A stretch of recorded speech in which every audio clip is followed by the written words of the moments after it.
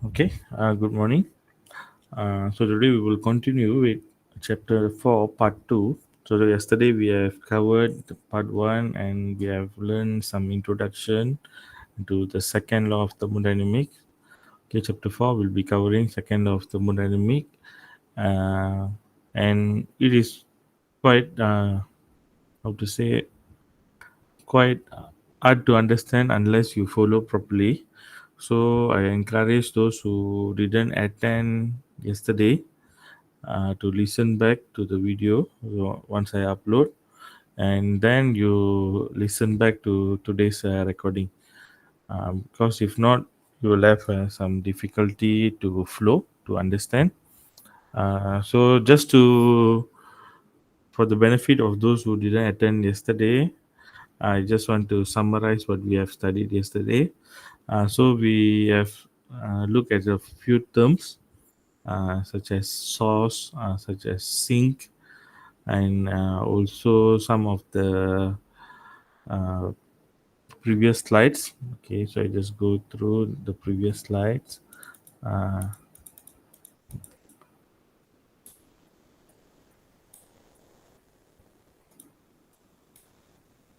okay, so we are now looking at the introduction to second law.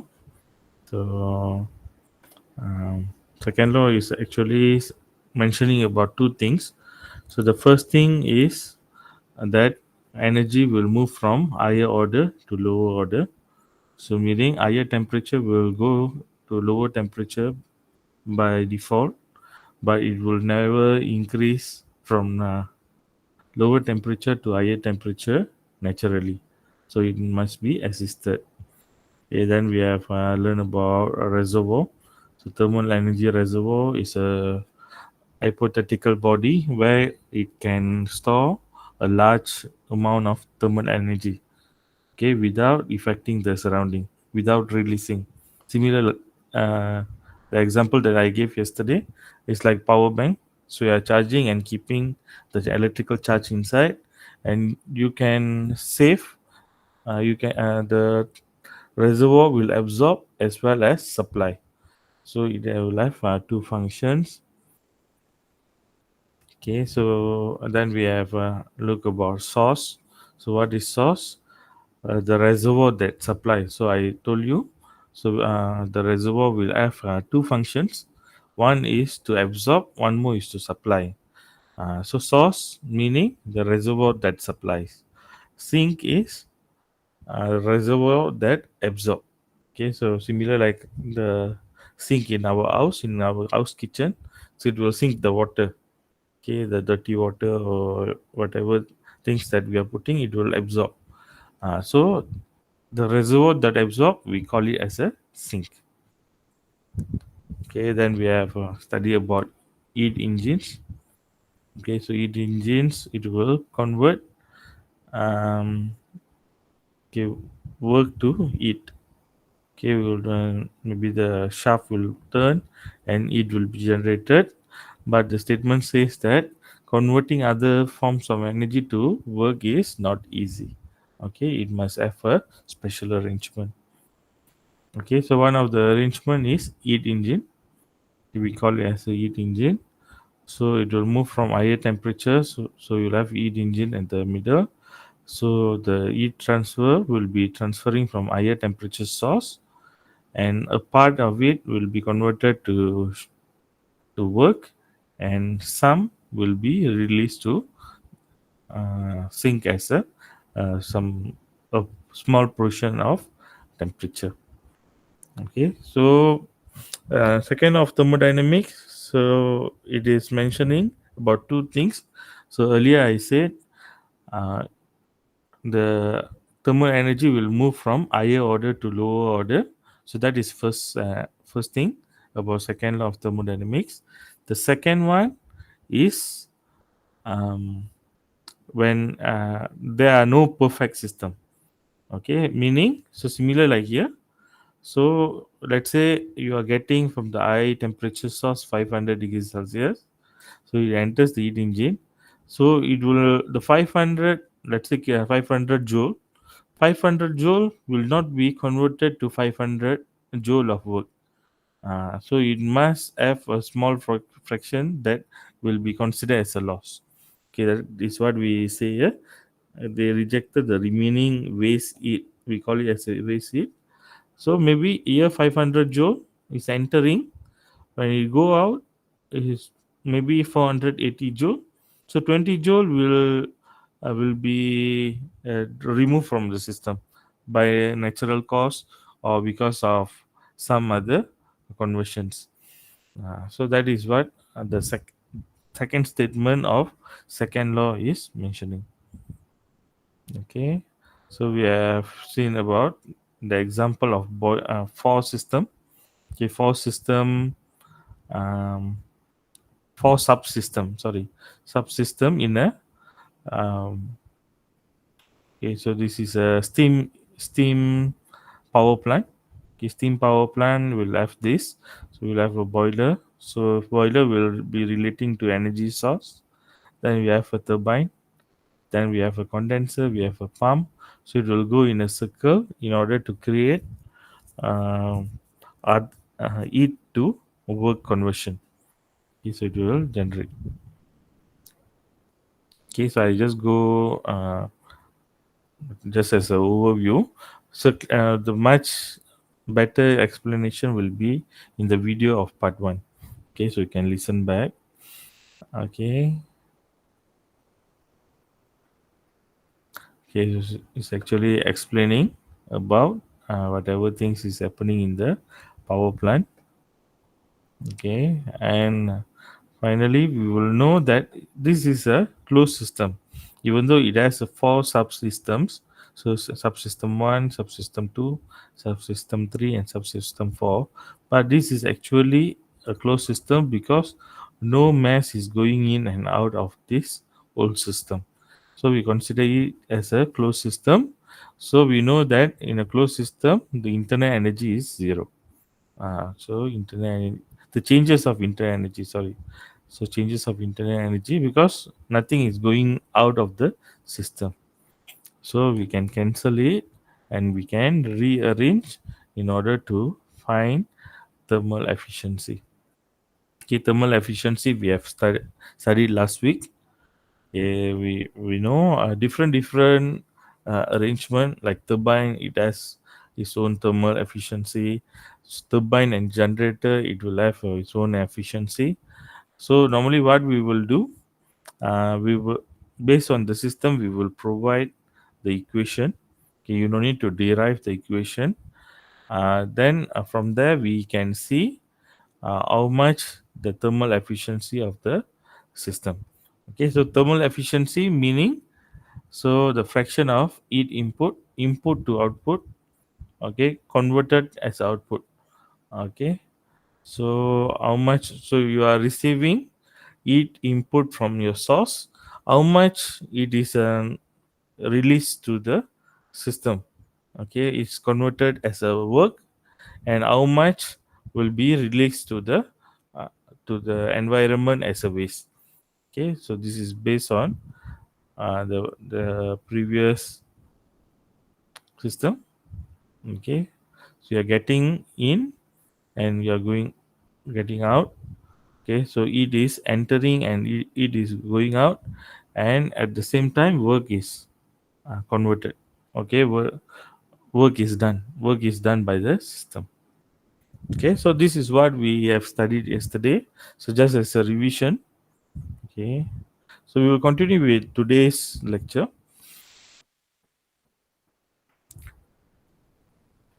Okay, so today we will enter into two statements. Okay, the first statement related to second law of thermodynamics is Kelvin Planck statement. Okay, Kelvin Planck statement. So Kelvin Planck statement, it is saying that it is impossible for any device that operates on a cycle to receive heat from one single reservoir and produce the net amount of work. Okay, so what to make it simpler, what is actually saying? So, like the example we have seen earlier. So, let's say you are receiving 500 joule from your source. So, it is impossible to convert 500 joule of heat to 500 joule of work. In between, you must have some losses. Okay, so the losses can be because of friction, so it can be because of natural or because of the system setup. So something will be converted. So instead of getting 500 joule of work, so you maybe will get a bit lesser, because some of it will be considered as a loss. So that is what Kelvin Planck statement is saying. So it is impossible for any device to operate on a cycle to receive heat from one single reservoir and produce the net amount of work. Okay, so no heat engine can have a thermal efficiency of 100%. So meaning earlier we have seen thermal efficiency. So how much input is converted to output.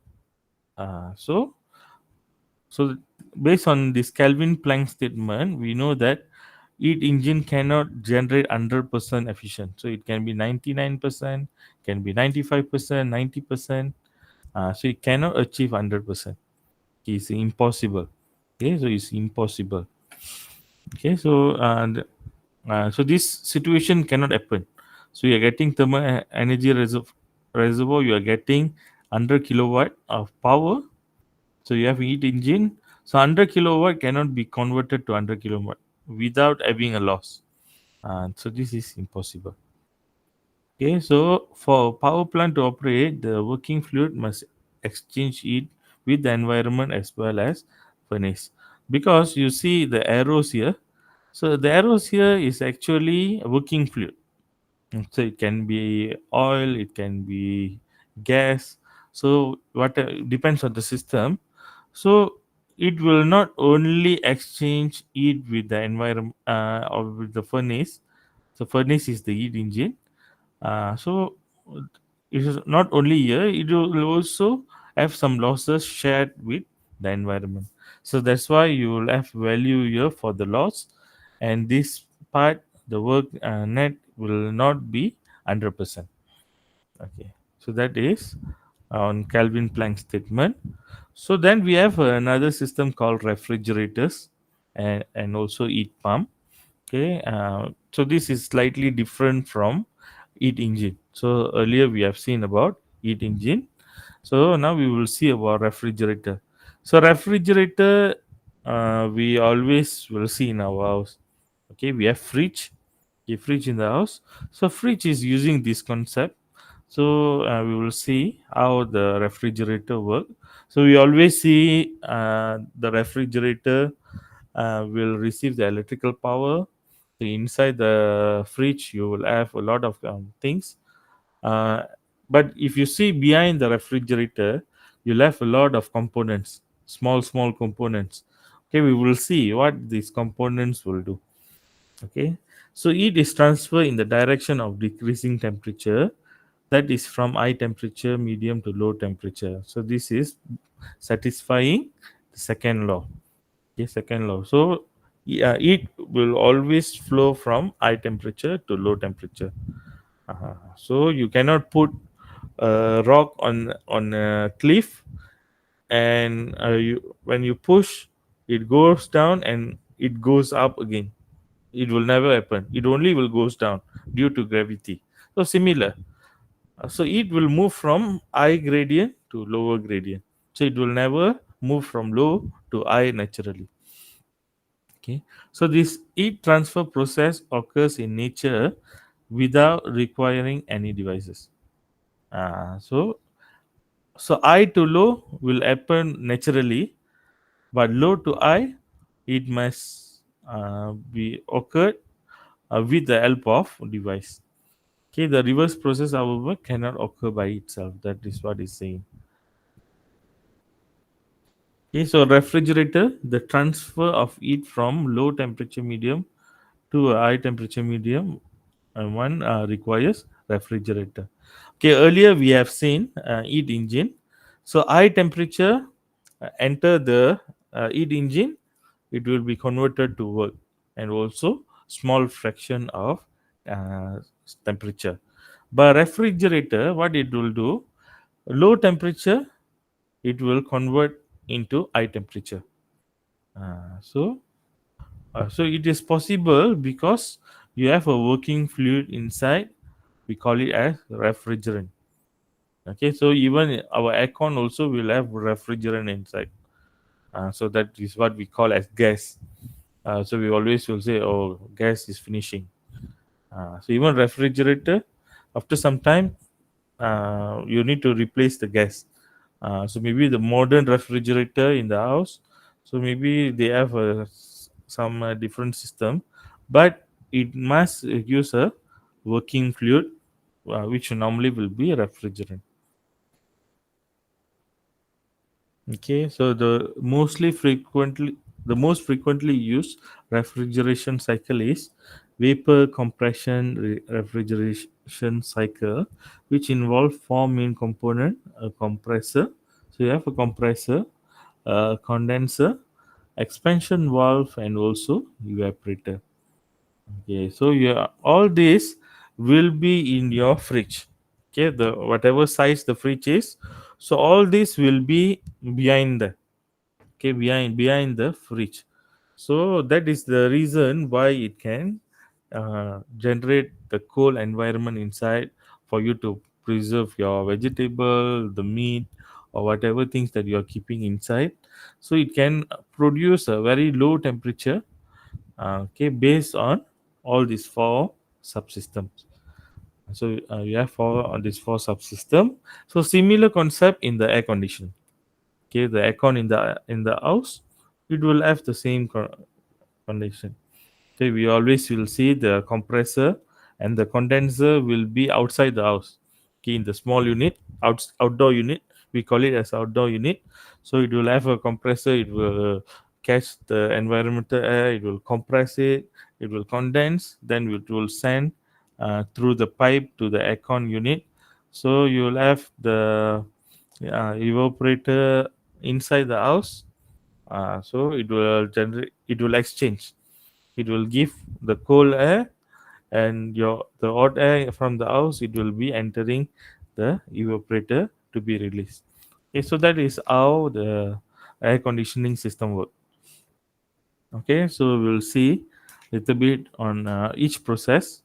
Okay, so the refrigerant enters the compressor as a vapor and is compressed to the condenser pressure. It leaves the compressor at a relatively high temperature. So we can see, so the whole system is connected with the working fluid. Okay, so even though the temperature and pressure are different, so this is actually the same working fluid going in and out. Okay, similar like our car, where I gave the example yesterday. So you only fill the engine oil once. Okay, maybe for, 6 months once. So you're filling. So, but for the car to work, so the working fluid will move around. Okay, maybe in the engine area. So maybe it will go to other parts, gearbox. So it will go inside and out of the system, but it will never leave the car unless there's a leakage. So if leakage, you need to add more working fluid. Okay, similar. Okay, so inside here we have a refrigerant. So refrigerant normally it will be in a form of gas. Okay, so they will have inside. So it will enter the compressor. Okay, as a vapor. Okay, so vapor normally will be at the normal temperature. But once it is compressed, so the compression will increase the pressure as well as the temperature of the working fluid. So maybe initially, so it can be like this, yeah, under 20 kilopascal and negative 25, because it's a coolant, so it's a refrigerant. But once it enters here, so under 20 kilopascal will become 800 kilopascal. Okay, negative 25 degrees Celsius, because of the compression, it becomes 60 degrees. So that's why outside unit normally will be hotter. So it will be hotter. So because of this compression will um, release a high temperature and high pressure. Okay, it will enter the condenser. So after the condenser, so the refrigerant cool down and condense, and it flows through the coil of the condenser. So inside this condenser, you'll have coil. So if you have the opportunity to open the compressor outdoor unit of your aircon in your house, so you can open and see. So you'll have a condenser inside, and so once the hot fluid, working fluid, is passing through, so it's passing through the condenser, so it will cools down. So you can see the value here. So the pressure is not changing, 800 kilopascal, but the temperature from 60 degrees Celsius changed to 30 degrees Celsius. Okay, so here, as the temperature decreases, so there are there are temperature release to the surrounding, okay, such as kitchen air or in your outside the house or some other place. Okay, so it will be released outside, because 60, here 30, so 30 must be released. Okay, then only it can break even. So once it finished, the refrigerant enter the capillary tube. So we have a capillary tube where its pressure and temperature drop drastically due to throttling effect. So you have a throttling effect here. So meaning you are controlling. A throttling meaning is controlling. So you're controlling the pressure and temperature. So once you control it, the pressure and as well as the temperature will drop. So here 800 kilopascal drop to under 20 kilopascal, and 30 degrees Celsius reduced to negative 25. So this is where it become cool. It become cool, and the low temperature refrigerant then enters the evaporator, but it evaporates by absorbing it from the ref- refrigerated space. So meaning, if this is your living room, so refrigerated space is your living room, and if in the fridge, it will be inside the fridge. So it will exchange. Okay, exchange. So if there's a heat inside, it will be exchanged with the evaporator, and the evaporator will evaporate. So it will evaporate the excessive heat. So maybe behind the fridge. Okay, and the cold air will be inside the system. Okay, so inside the system. Okay, the cycle is completed as the refrigerant leaves the evaporator and re-enter the compressor. So it will go by a cycle. Okay, let's say you on your aircon for 2 hours. So 2 hours, this thing will keep on going, and the temperature will be cold. Okay, so as the the heat from your living room is released to the evaporator, so the cold air will take over and your room will become cold. Okay, so initially maybe it's hot. So when you on the aircon, but after some time when the heat exchanges happen, then your living room or your room will become cold. Okay, so that is the system. So this is the system of refrigeration. Okay, so coefficient of performance. Okay, so what is actually happening? Okay, so we have seen the warm environment. Okay, sorry. So this is your refrigerant. Okay, work is done. Okay, work is done by the compressor. Okay, work is done by the system. Okay, so this is actually considered as a required input. So how much work you are putting, it will determine how much the refrigeration system will convert. Okay, so we can see from the condenser, so the temperature is released to the warm environment. Then you'll have the other processes. Okay, and cold refrigerated temperature will enter the system. Okay, so this is a refrigeration system, a bit slightly different from heat engine.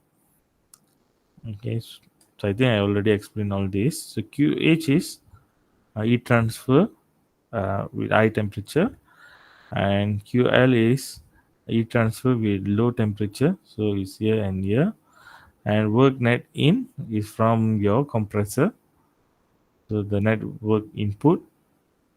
Okay, so desired output is this KQL. Okay, so based on that, you can um, find the efficiency of the refrigerator. So efficiency of refrigerator, we call it as a coefficient of performance, or COP. Okay, COP. So the coefficient of performance of the refrigerator.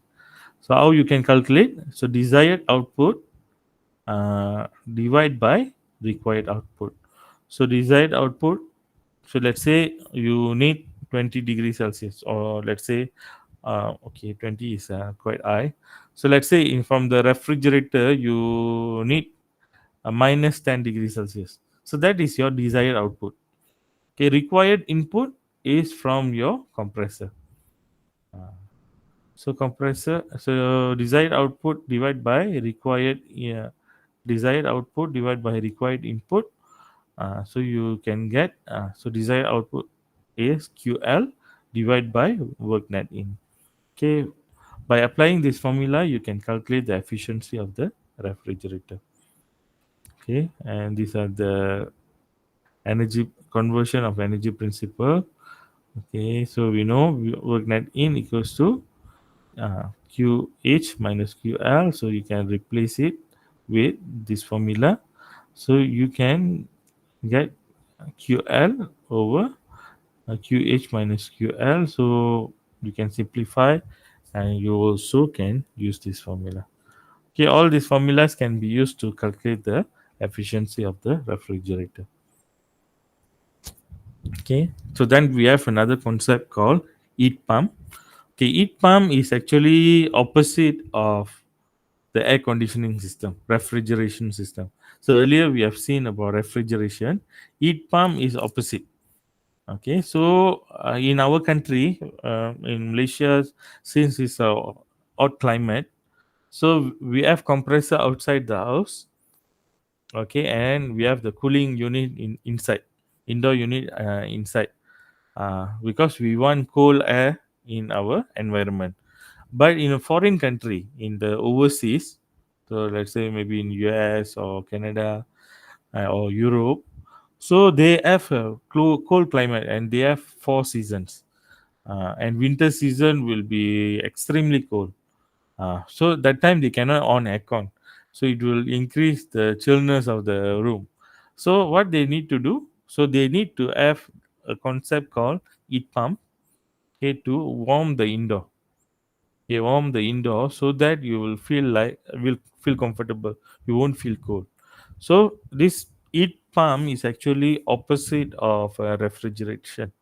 Okay, device that transfer heat from a low temperature to a high temperature one. Okay, so you are capturing low temperature air from outside, so you convert it and you giving as a high temperature inside the house. Okay, so you can see here. So cold outdoor, so let's say 4 degrees Celsius, so it can be generating 5 kilojoule. So you add another 2 kilojoule from the working the work done. So you are supplying to the house 7 kilojoule of heat. So that is the concept. Okay, so for the objective of heat pump, however, is to maintain the heater space at high temperature. So you want to maintain the temperature in the room to be high. Okay. Okay, so to be high. Okay, so you can calculate the COP, coefficient of performance of heat pump. So if COP HP is heat pump. Okay, so desired output divided by required input. So desired output is QH. So the temperature inside you want 20 degrees. So the desired output is QH, which is 7 kilojoule. So divide by network in. So 7 divided by 2K, 2K kg. Okay, and you also can use these formulas.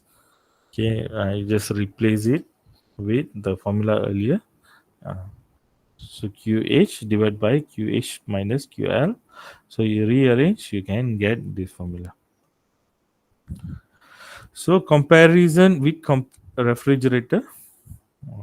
So you also can calculate based on the comparison with a refrigerator. So let's say the question already give the coefficient of performance of refrigerator. So let's say is 0.9. So for C to calculate COP HP, so you just need to times plus 0.9 plus with 1. Then you can calculate. So the comparison you can get using this formula. Okay, similarly, if let's say COP HP is given, you are required to find COPR. So you just bring this side. So COP HP minus 1 equals to COPR. So you can use this relation in your calculation if required. Okay, so earlier we have seen about a statement from Kelvin, Kelvin Planck.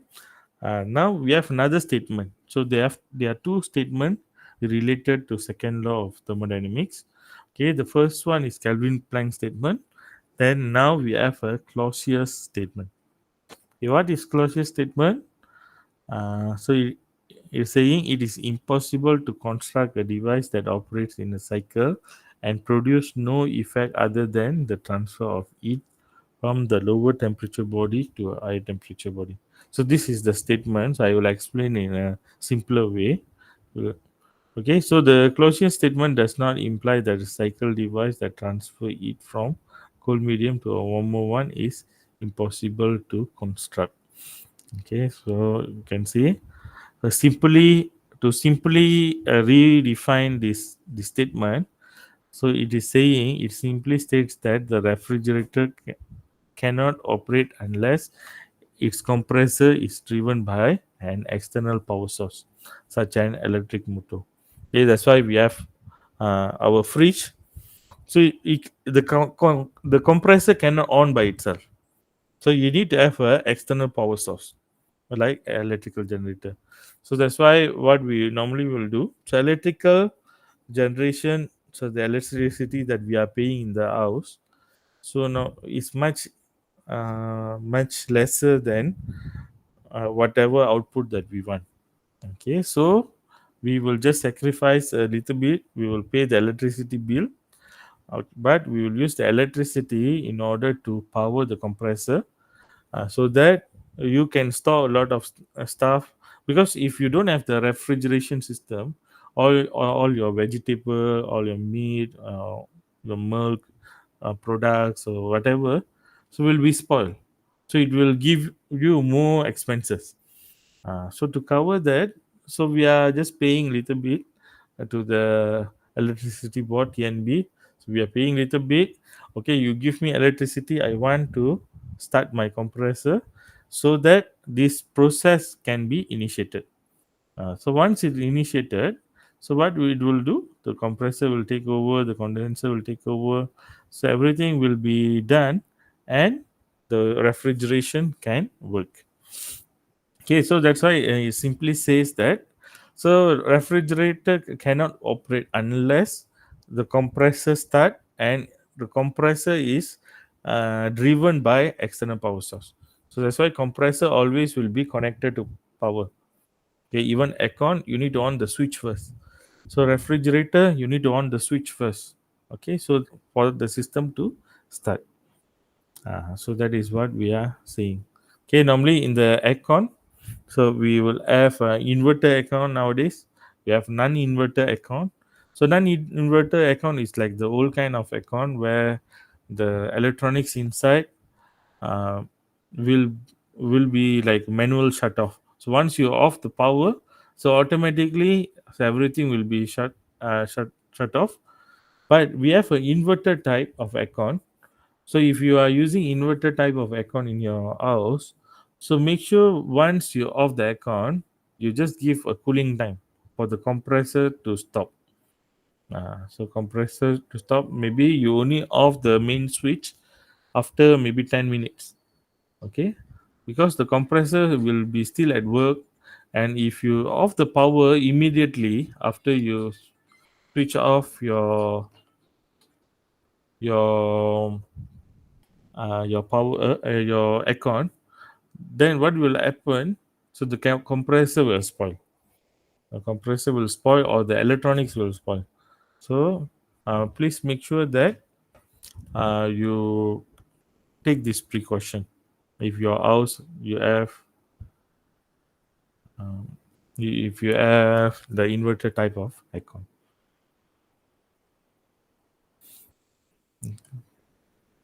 Okay, so this is what it is explaining. So cold refrigerated space, so it's taking 5 joule and release 5 joule to the warm environment. It will never happen. So you need to have a compressor. So if the compressor is zero, this thing is not possible. That's why it's saying it is impossible. It is impossible with the net work done is zero. Okay, you must have a work done. Okay, both the Kelvin Planck and the closure statement of the second law are negative statement. So why is negative statement? Because it is saying this is impossible, that is impossible. So everything is impossible. So they are considering as a negative statement. Okay, and the negative statement cannot be proved. So we only can understand based on what we observe. It cannot be proved. Because if you don't on the compressor, the system is not working.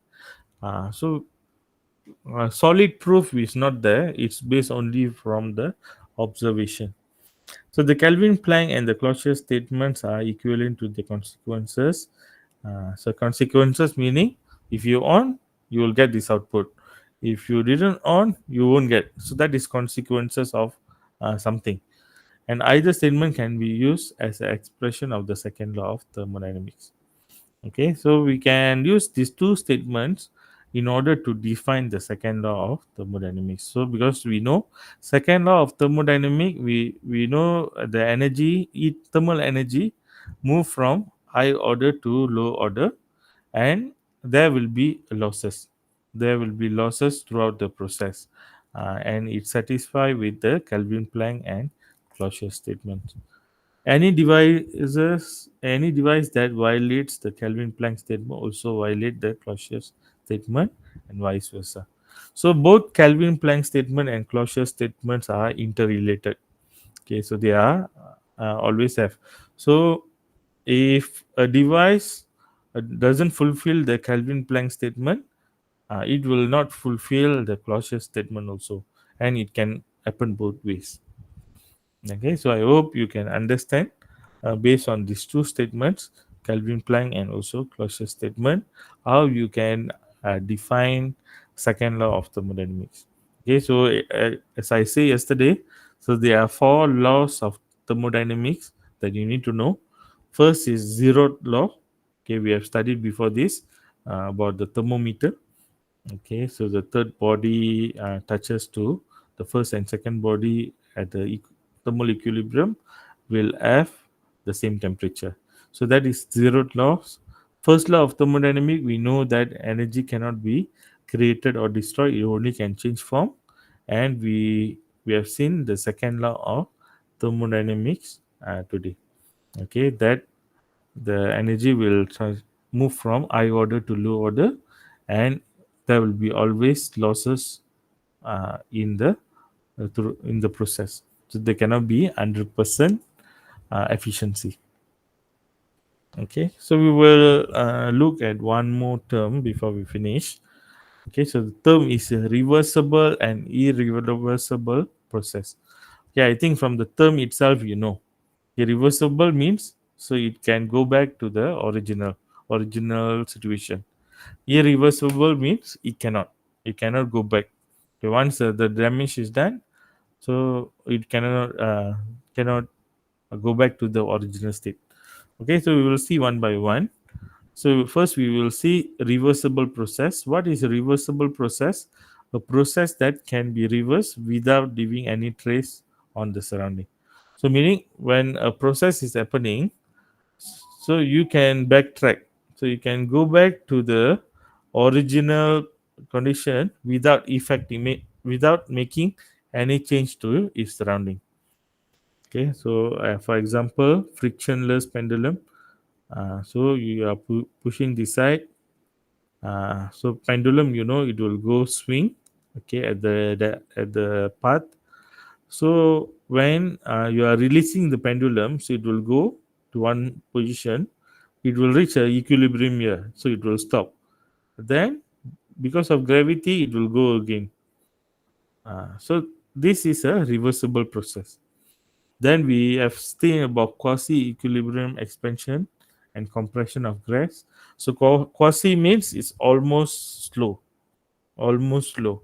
So when you see with your naked eyes, you will see like the piston is not moving, but it's actually moving at a very slow pace, where it is not so obvious. So expansion and compression, it can happen. So we consider it as a reversible. It can go back to the original distance. Okay, let's say it start from far, so it will compress. Then it can go back to the far position, the initial position. So that we can consider as a reversible process. So this is possible only if the net heat and net work exchange between the system and the surrounding is zero for the combined original or reverse process. So meaning when this process is happening, so no heat or work is exchanged to the environment. So it's not released. Okay, so meaning this the systems is not generating any friction, because when there is a friction, it will be released to the surrounding. So it must be a frictionless. So that's why we call it as a frictionless or quasi, almost the same. So that because when it's quasi, it move very slowly, friction will not be there. Friction can be controlled. So no heat is generated to the environment. So it is only possible when this condition are met. So no heat or work is done to the environment. So it must be zero. Okay, so that is on the reversible process. Okay, then we have another term called irreversible process. So it's actually opposite of reversible. It is processes that are not reversible. Okay, a system can be restored to its original initial state following a process regardless of whether the process is reversible or irreversible. Okay, so if the process is reversible, so it can go to from state 1 to 3, then it can go back to 2 1. So it will be like that. So 1 2 3 2 1. So that is reversible. So if irreversible, it can go 1 2 3, then it can go back to 1. uh, so it can go back to the initial state following a process. It doesn't matter whether it's reversible or irreversible. Okay, reversible process actually do not occur in nature. So it are merely idealization of actual process.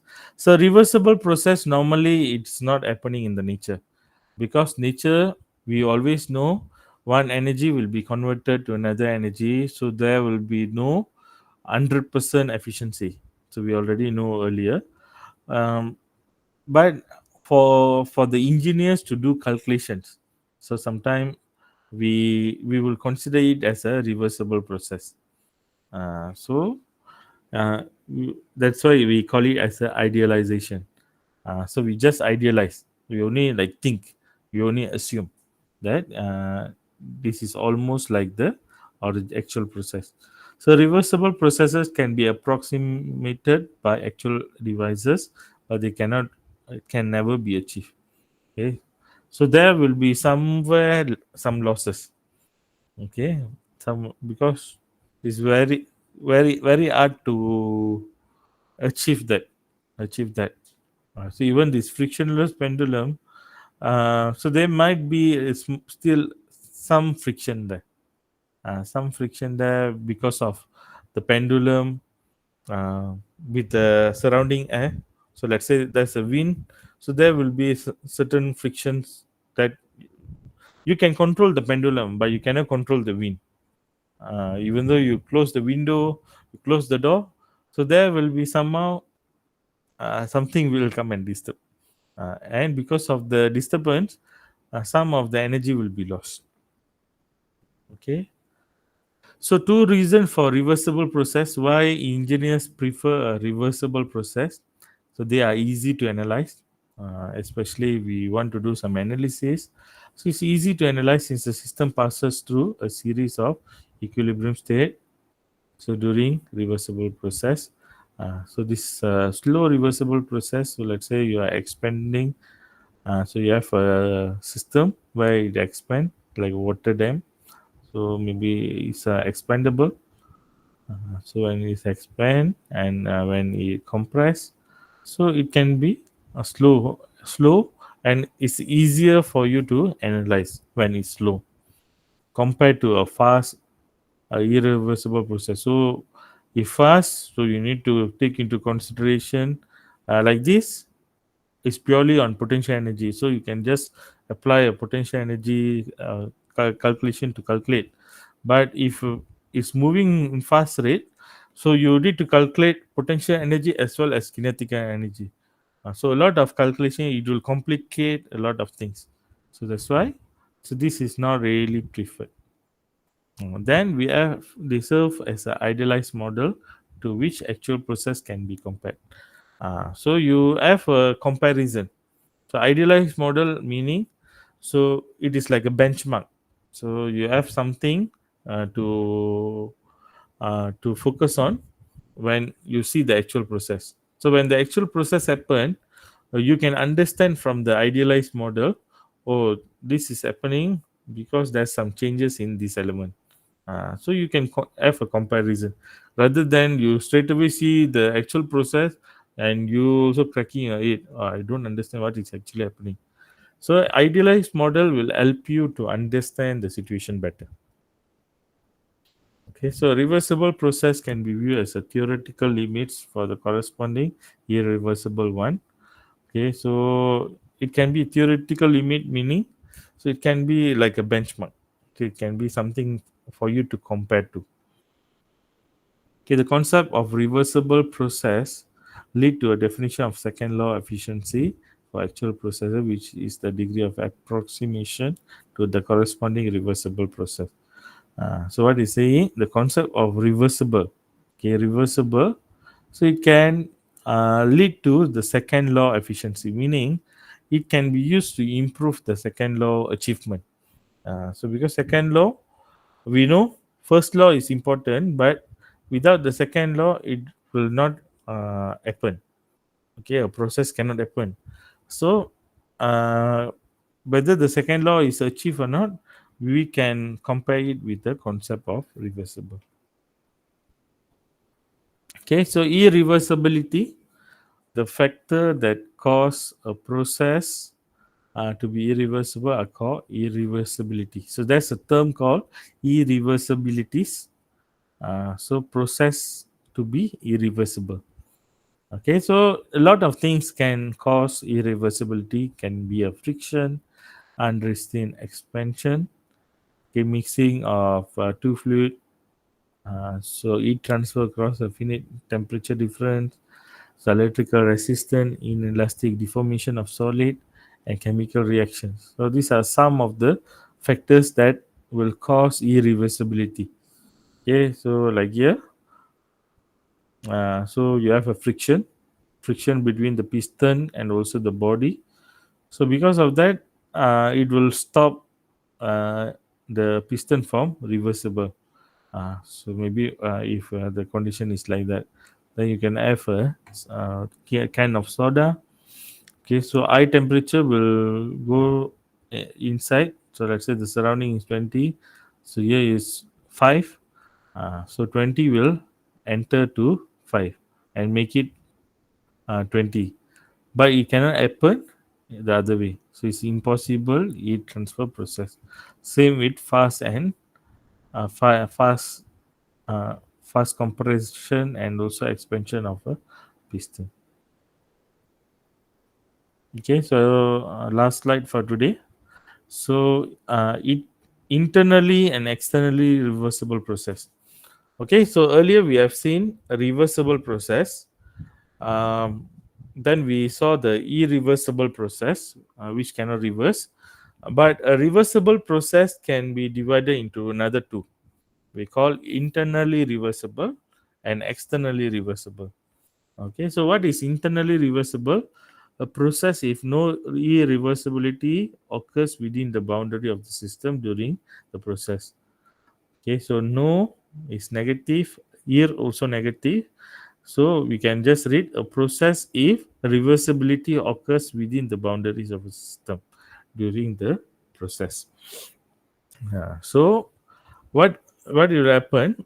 The reversibility is only happening within the process. Okay, let's say it's a closed system. It happened inside. It's not affecting outside.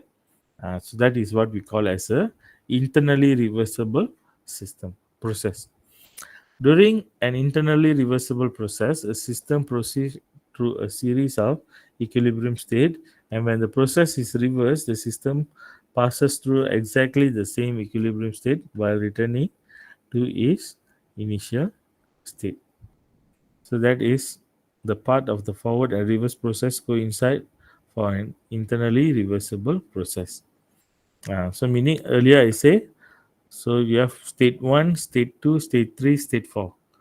So for it to happen internally, so 1, 2, 3, 4, 3, 2, 1.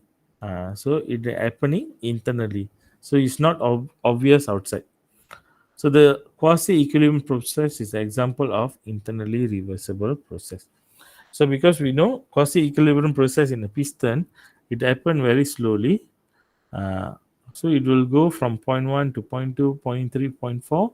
Then it will come back to point 3, point 2, point 1. And it's happening at a very slow pace. Then we have externally reversible. So external meaning is outside.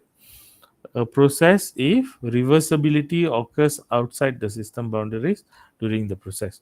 So you have a system and you have the boundary, and reversibility occur outside. Okay, so occur outside the system. So maybe this process 1 will affect process 2, process 2 will affect process 3, then process 3 affect process 4, then it will come back.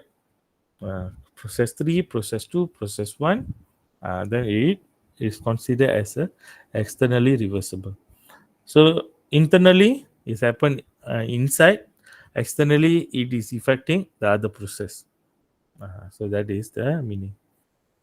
The totally reversible a process if it is involve reversibility within the system or its surrounding. So it can be internally reversible or externally reversible. So it is considered as totally reversible. Okay, both also can be.